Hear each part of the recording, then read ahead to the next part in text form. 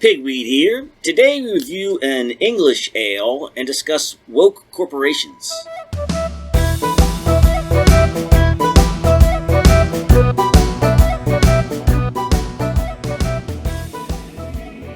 So, good evening, Crowhill. Hey, good evening, Pigweed.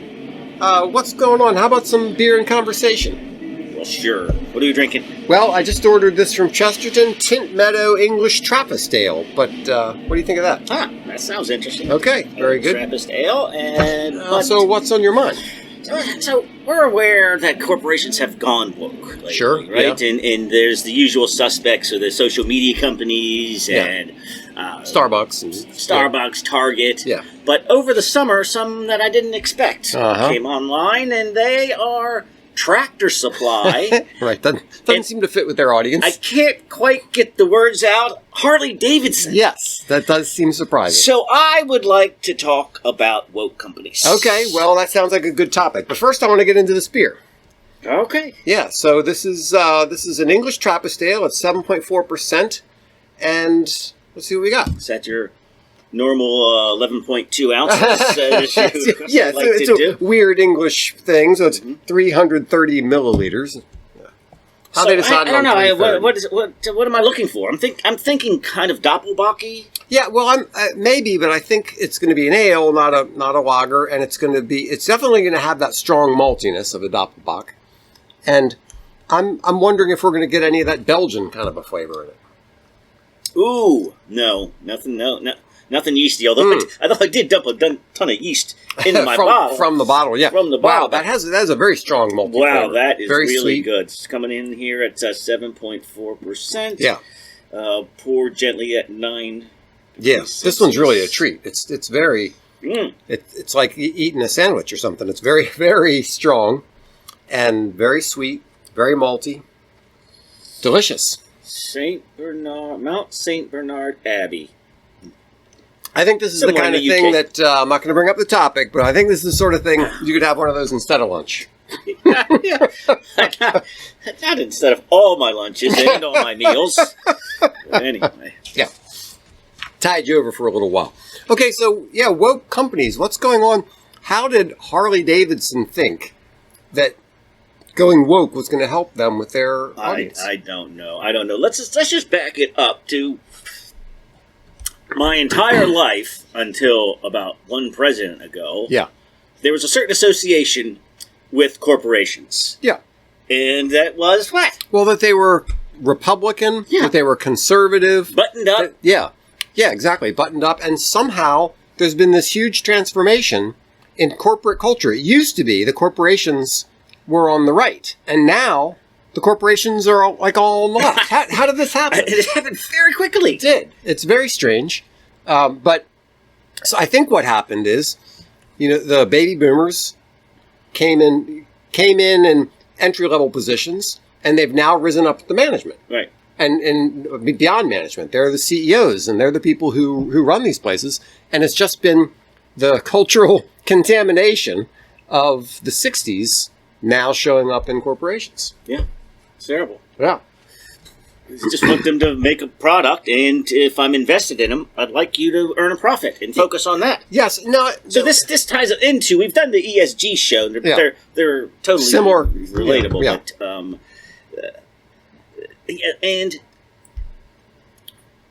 But I guess with Obama is when he sort of dumped the working class.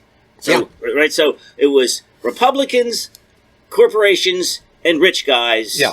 And Democrats, Joe Lunchpail, farmer. Yeah. I mean, my entire life. That's the way it used to be. Right. The Democrats were the party of the working class.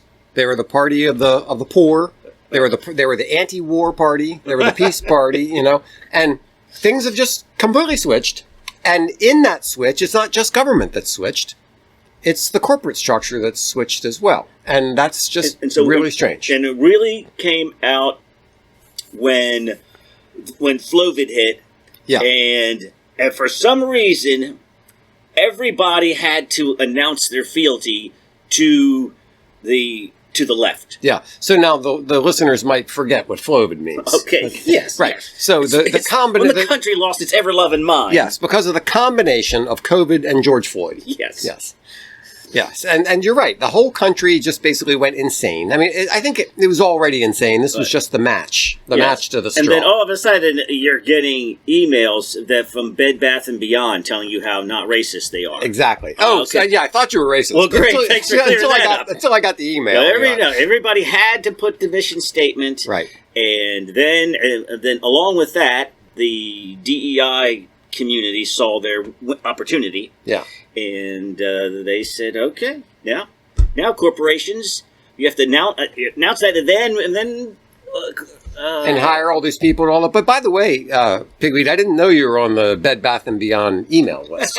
I wasn't. That's what I'm saying. I mean, just out of nowhere, they had to let me know. They had to let you know that they weren't racist. Thanks. Just in case you suspected it. Yeah. Yeah. Yeah, that was pretty weird. So when then of course everybody has arm twisted into celebrating Pride Month. Yeah. And so I wanted to kind of go through a list. I was trying to think of what are some of the characteristics of woke companies. Yeah. Yeah. So DEI, they have to hire a bunch of DEI people. They have the emphasis on social justice. They take a public stance on liberal issues that don't really concern their business. No. They have the inclusive advertising. They intentionally try to put different types of people in their ads for whatever reason. They have pronoun policies. They participate in LGBTQ whatever parades. There's an overemphasis on climate issues, and they do this weird thing where when they have a meeting, they say, "Oh, we want to recognize that we're on the land of the Lakotas." Yeah. And everybody then goes around the room and does the pronoun thing. Right. So, I mean, those are just kind of some of the symptoms of wokeness. And the big one is DEI, though. I mean, that's really the big centerpiece. There's backlash. Yeah. And I'm they're not sure feeling it. Yeah. So I was thinking just today whether backlash is the right word, because sometimes backlash has the sense of what the liberals say when conservatives fight against them. They call it a backlash. Like the backlash against feminism, the backlash against woke stuff. That seems to be what the liberals call it. Conservatives don't seem to call it a backlash. Conservatives seem to call it like a return to normalcy. A rejection or a reaction. Anyway, I don't know. That was my impression as I was doing various searches today, that the word backlash seems to be the liberal way to put it. But it's a fine word, but that was just my impression. So you have the individual companies who are making these decisions for themselves, but then there is the equity firms who basically own these companies. Yeah. You have Blackrock and Vanguard, and those guys, yeah. and so they're in a position to put pressure on these corporations. So to some extent, they might not even be. It might not really be coming from the company. It could be coming from beyond the company. Exactly. There could be situations where the investment bankers are saying, sorry, you have to have these policies in place. You have to hire these kind of people. You have to hire a DEI officer, whatever it is. You're right. Yeah. You need to do a carbon footprint audit. That's right. And, right. So to some extent, it could be being imposed on them by their corporate masters, which are the investment companies. Right. Yeah. But I understand even they are backing off on this. I know, what's the guy's name? Charles Gasparino? Mm-hmm. He was just trying to investigate the failure, as a financial journalist, the failure of SunTrust, was some Sun Valley. That bank. That bank that went, failed. Yeah. And whether or not this was rooted in their commitment to ESG and social justice and stuff, and not paying attention to making money. Yeah. Well, it's hard enough to run a business so that you make money doing what the business is supposed to do. When you layer on top of that, we've got to do all these other things that have nothing to do with our business. Yes. Obviously, it's going to hurt the company. Yes. I mean, how can it not? Because it's distracting you from your mission. Right. When we used to make widgets, now the most important thing is everybody's got pronoun training. Yeah. How about widget training? Yeah, exactly. Yeah. Think of any other enterprise, anything else that you're trying to do. If you're not focused on that thing, you're not going to do it well. And DEI is just a distraction. It's saying, No, I'm not worried about how fast you swim the 100 meters. I'm worried about what you're thinking about when you're swimming, or whether you're wearing the right bathing suit, or whether you're saying nice things about the person next to you. No, I'm focusing on the 100 meters. Yes. Yeah. So the Bud Light. You sell products. You sell products, but you sell an image. Yeah. You sell a feeling. Yes. You sell. That's why how many times can they tell you Pepsi tastes more delicious than Coke? It's not that. It's who looks like they're having the most fun. That's right. Or whatever. Because there's hardly who's got the most identifiable spokespeople. There is a slight difference, but there's hardly much of a difference between the major American light lager beers. Coors Light, Bud Light, Miller Lite, all that stuff. They taste pretty much the same. Yeah. So when you're choosing between brands, you're not really choosing based on taste. You're choosing based on image. So when you parade Dylan Mulvaney out there, you're either saying this represents, right? So I know my audience. Yeah.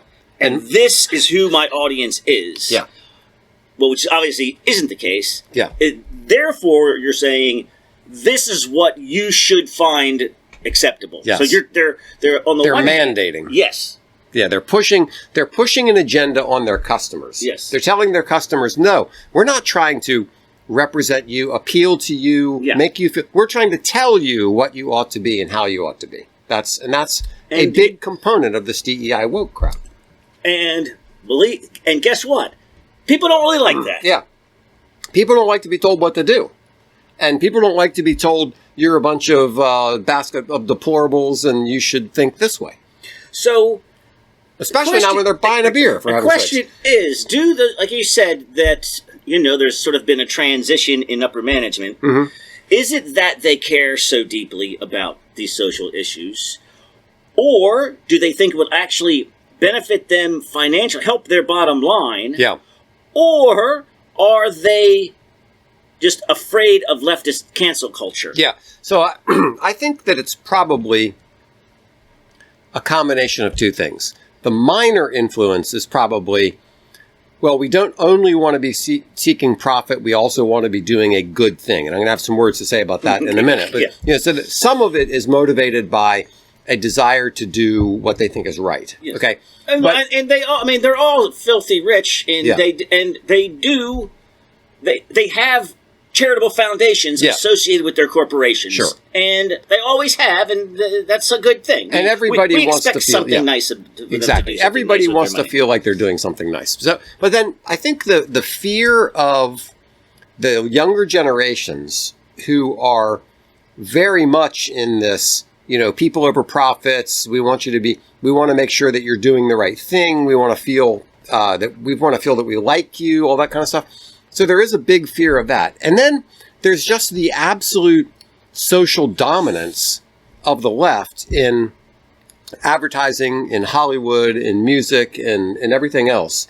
So what young people have been schooled in and baptized in and soaked in from their birth is this leftist ideology that's been permeating everything. So I think a lot of it is and instead of just living your private life that way and then, damn it, go to work and do your job, they bring that with them. Yes. To their work. Yeah, and I think I mentioned before, a lot of people want to feel like they're doing a good thing, and I saw some advertisement headline, something or other, about companies wanting to do what's right. And I thought, okay, yeah, sure, fine. But we don't even agree about what's right anymore. Well, we don't have a common... How about being company being deeply patriotic and committed to the veterans? Isn't that doing what's right? Yeah, but that's the problem, is we have no longer have a set of shared values that everybody can say,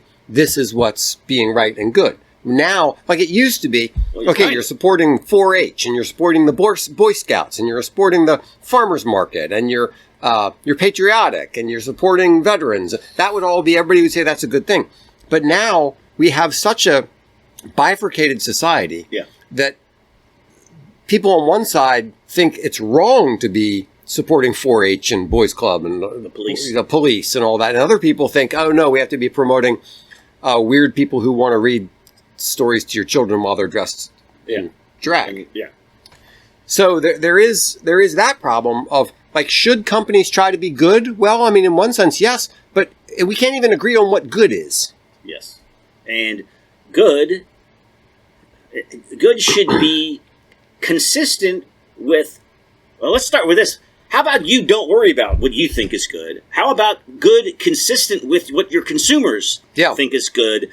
Can we go to Tractor Supply? Okay, sure. Has there ever been, is there in the country a consumer base as rural and red and conservative as Tractor Supply? I'd be hard-pressed to come up with. What would compel them to feel like, wow, we really need to get in on some of this?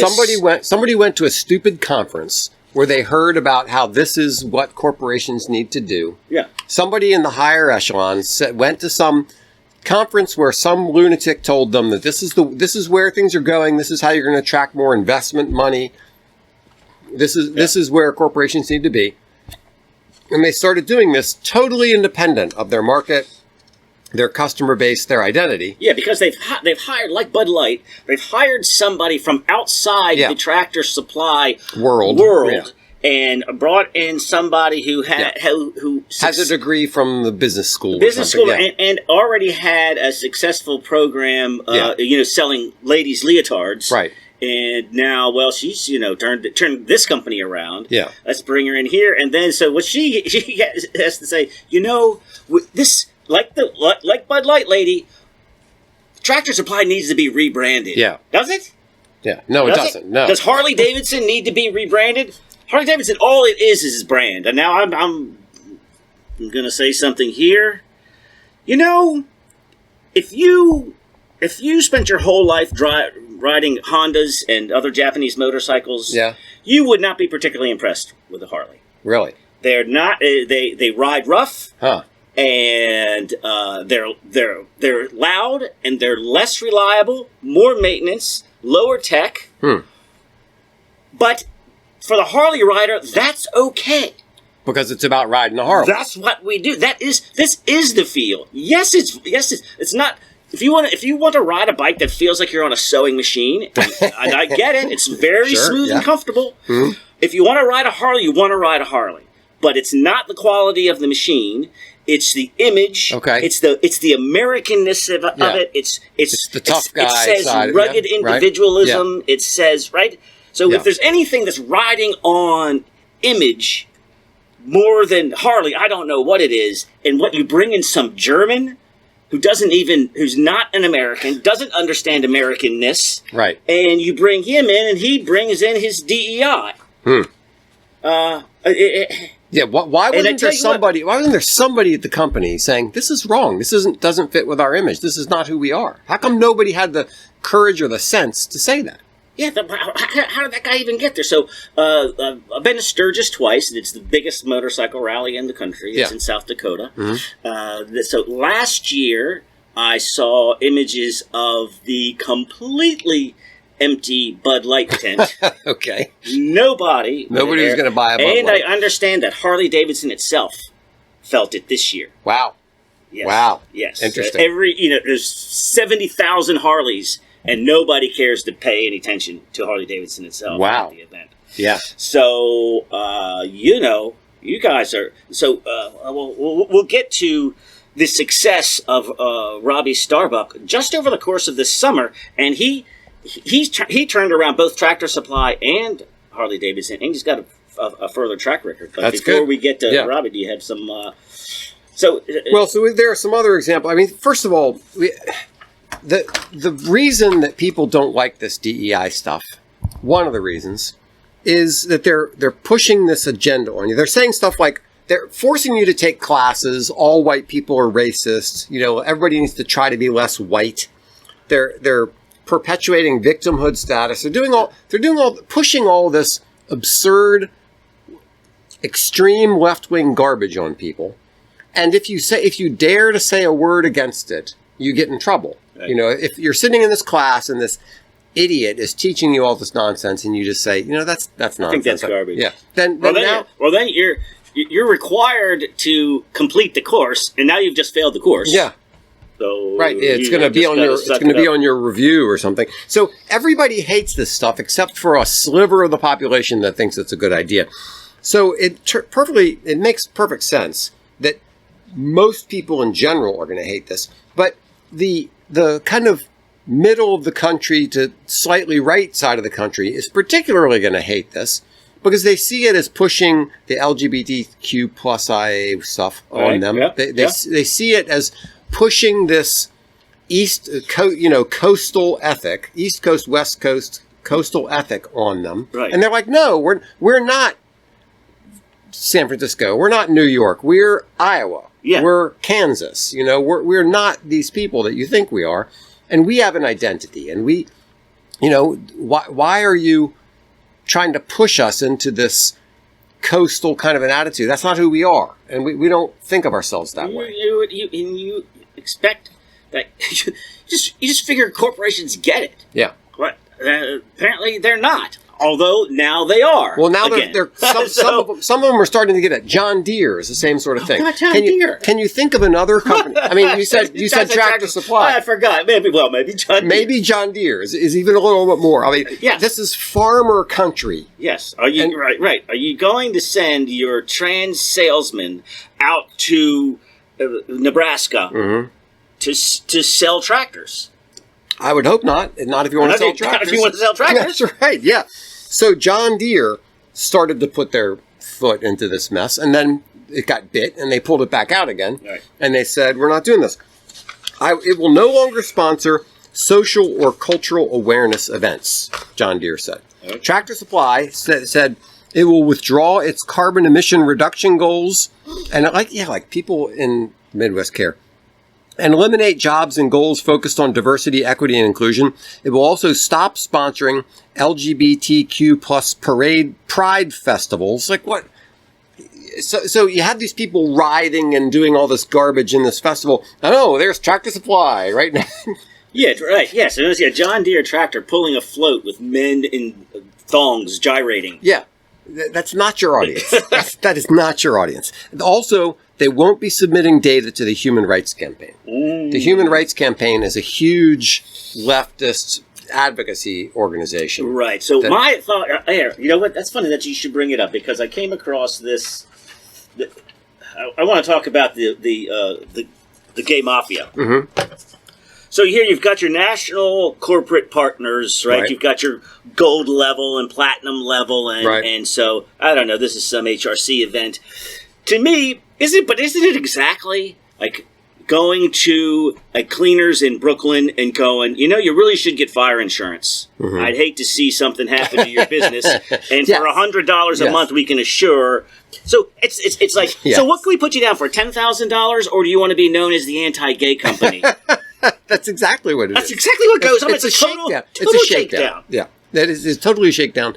But that's what portions of the left have been doing that for a long time. Jesse Jackson was totally a shakedown artist. He would go into corporations and say, "Look, we're going to call you racist unless you contribute this money to the Rainbow Fund." And then, back before the gays took the rainbow away from him, but that was the Rainbow Coalition. So that's standard policy. That is standard that's what they do. Policy. Yeah. Yes, it's you don't want to be that guy, do you? Right. So another one that's a little surprising. You got Tractor Supply. You've got Lowe's. Lowe's. Lowe's is another one, and then Jack Daniels. Yeah, what are these people thinking?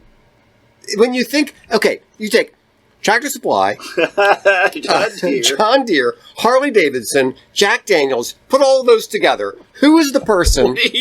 What kind of a person? What kind of an image? Yeah. What customer persona do you come up with in your mind? Is he somebody who gives a crap about DEI? No. Right. So again, it's back to my Bud Light analogy. It's either you totally don't know your audience, which is your job, or you do know your audience and they're wrong, and we need to educate them. We need to fix them. That's right. Yeah. Ford said so. A lot of this comes back from a single guy, really. Okay. Let's go. Robbie Starbuck, who made his money in music producing or something like that. Right. And who has 2 Cuban parents. Okay. who had their lives destroyed by communism. So there's a little background for you. Right. And he has I don't know if he's part of an organization or if he's just a one-man wrecking machine, but it's his individual pressure has caused Ford, Jack Daniels, Lowe's, Harley Davidson. He said, I will expose you. Let me give you a couple more names. So they back off on scale back. Ford had DEI initiatives and university quotas, but also I'm getting word that some companies, without the pressure, are just going, we're paying hundreds of thousands of dollars for our DEI department, and what are we getting delivering nothing. Yeah, not only is it delivering nothing, it's actually making. There are studies that show that when you have DEI programs in place, it actually makes diversity worse. That after you implement a DEI program, usually the percentage of black women managers or whatever goes down. And the other thing about it is, now you've created a situation where everybody's on pins and needles. Yes. They feel like they're walking in a minefield. They're afraid to say anything because if you ask somebody, "Hey, what do you do for a living?" then that's somehow a microaggression and it shows that you're a racist.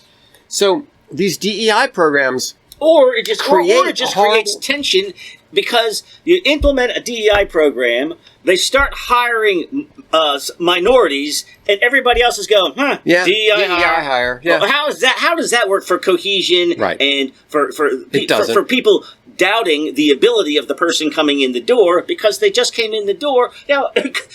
And without they might have come in the door anyway. And you would never have thought anything about it. Exactly. This gets back to something we've discussed before, which is that in the course of our lifetimes, it seems as if the problem of race in America was getting better and better and better. Like when we were in high school, there was some racial but we had black people in our high school, and we had Asians and other people, and things seemed to be getting better on the racial front. Nobody talked about it. Nobody cared about it. It wasn't a big deal. Things were getting better. Thomas Sowell said, it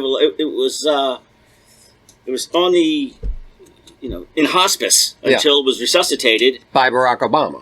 Yeah. So what's happened is the Jesse Jacksons and Barack Obamas and Michelle Obamas of the world have made race a bigger problem. And now you put it in people's faces, and now people are constantly thinking about race. Where before, somebody hired a black guy, you say, okay, great. And you go meet him, and that would be fine. End of it. But now it's like, was he hired because he's black? Yeah, you have worsened this problem. And also, you're afraid to go talk to anybody because everybody has been trained. Oh, but that's a microaggression. You're exhibiting white supremacy by saying something about the coffee that I'm drinking or something like that. It's so destructive and demoralizing and horrible that these DEI programs not only are costing corporations many hundreds of thousands of dollars, it's also making things worse for everybody in the company. Right, and as they see it,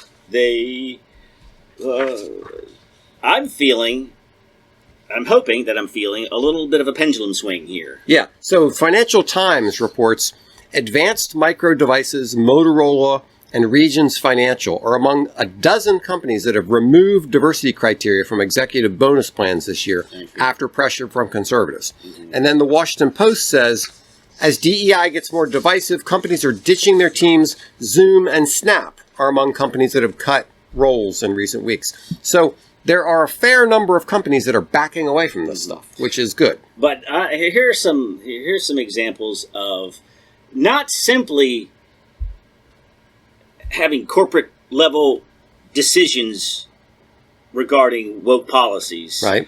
But actually going after non-wokies that work for them. Simply, how about this one?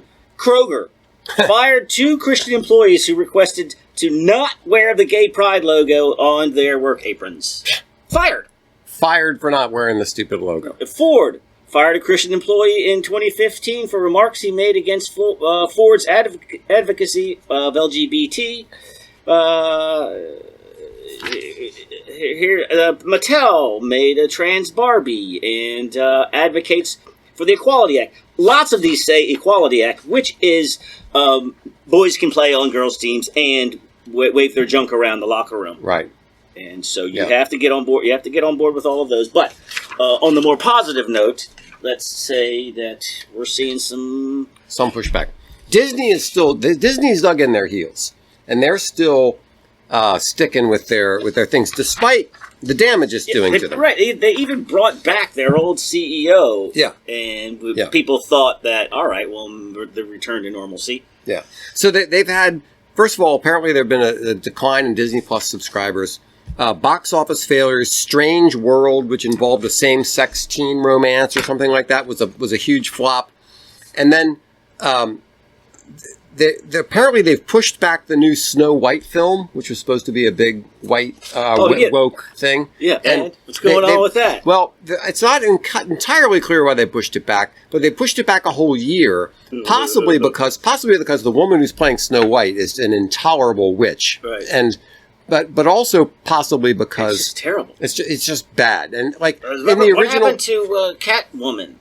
The new. Oh, I didn't know about a new Catwoman. Well, no, they just scrapped it altogether. They didn't even decide. Sometimes they'll just go, we'll just go straight to cable with this one. We're not going to put this one in theater. They just dropped it altogether? Just threw it in the trash. Probably because it was too much woke stuff. I don't know if it was wokey or not, but it was not good. Yeah. Well, I don't know. Is it single, childless cat ladies? Is that what it is about? Yeah. So they're despite all of this, despite the pushback, and the public, 71% of the public wants Disney to quit it with the LGBTQ stuff, and they want them to be family friendly and stick to family friendly stuff. But Disney has dug in their heels, and they said, "No, we're going to push this." So I don't know. I hope it sinks them. Yeah, I really hope that it destroys their company. Yeah, I won't spend a nickel on it. Yeah.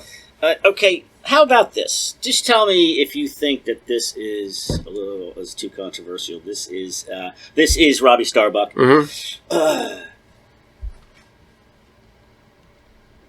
We're at a point where enough companies have seen other companies suffer, and they're deciding to change. I've heard from some executives who didn't even realize that some of this stuff was going on at their own company. Mm-hmm. That's good to hear. Yeah. How about this? Work is about work. It's not about who you want to have sex with. It's not about what your skin color is. It's not about who you vote for. The end goal here is to make work a very neutral environment where people simply do their work. Yeah. I mean, is that just the plainest, simplest thing you could ever imagine? Yeah. And there are probably people whose hair will be set on fire by that. What? Yeah.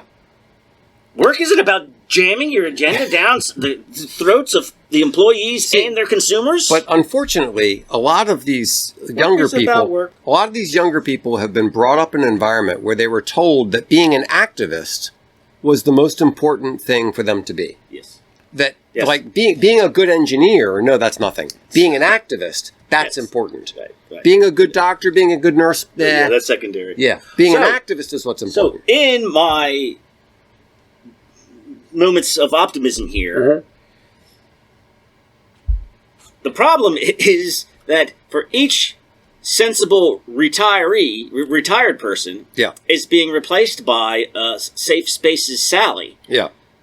Coming along. So, in a sense... Yeah, and the new generation is just getting worse and worse and worse in the terms of this woke stuff because it's been in the schools. Hopefully when the companies go out of business and these people end up out on the streets, then maybe they'll wonder, maybe I shouldn't have wrecked my own company. Well, I hope they think that. But if they're being replaced by people who are even more committed to it, because that's what they've been trained in since they were in their diapers...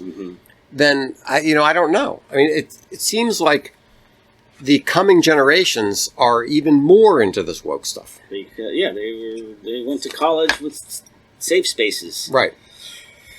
Yeah. So there does seem to be a reaction, a rejection, a pushing back, a backlash against this woke DEI stuff, and that's great.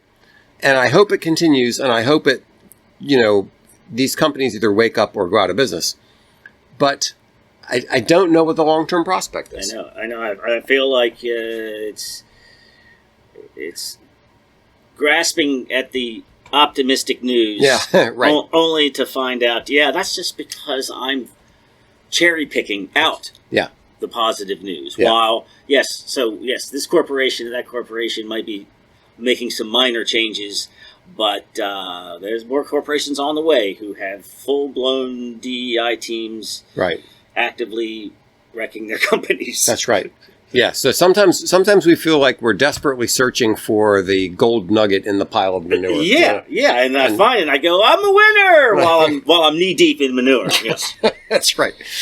Ah, that's a pleasant thought. Yes, that's on that thought. Well. So actually, I want to ask you a question before we end this. How are Bud Light sales? They're still in the tank. Yeah? Yeah. Well, that's good. That's good. I mean, until they come out and apologize, they should be in the tank. Yeah. Sure. Since this is beer and conversation. All right. Cheers. Thanks so much for listening to Beer and Conversation with Pigweed and Crowhill. Remember to visit us at pigweedandcrowhill.com or send us an email at pigweedshow@gmail.com.